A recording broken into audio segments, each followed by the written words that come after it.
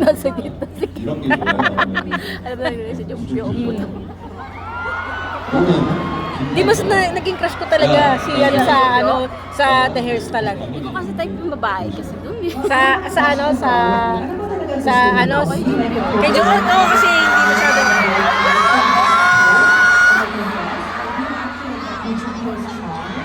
Tsaka ngayon isa pa nga yung Pogi niya kasi si Kim Kardashian. Tsaka yung sa ano bang palabas yung Kim Tan!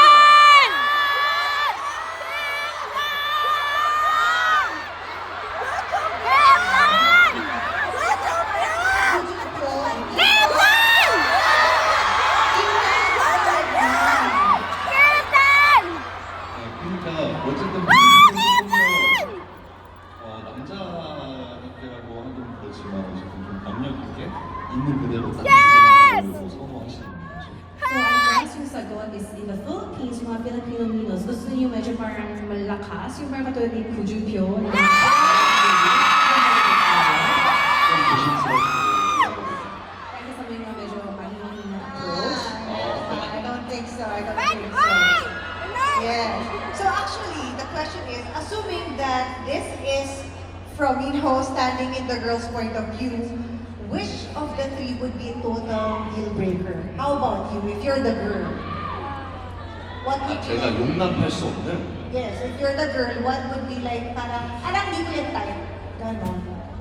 Type. No, parang deal breaker ba?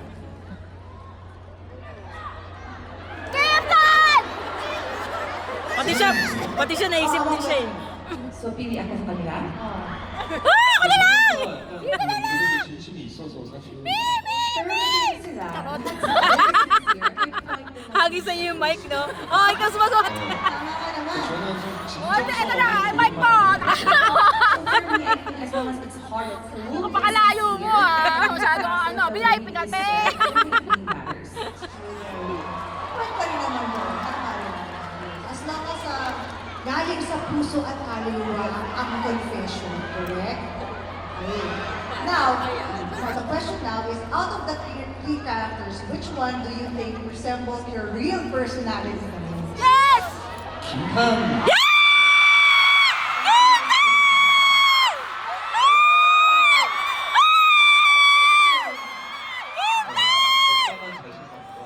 적당한 배려가 섞여 있는 Parang siya yung nasa gitna. He has the perfect balance of the confidence and also understanding the girl. So I think it's Kim Kardashian. I know you!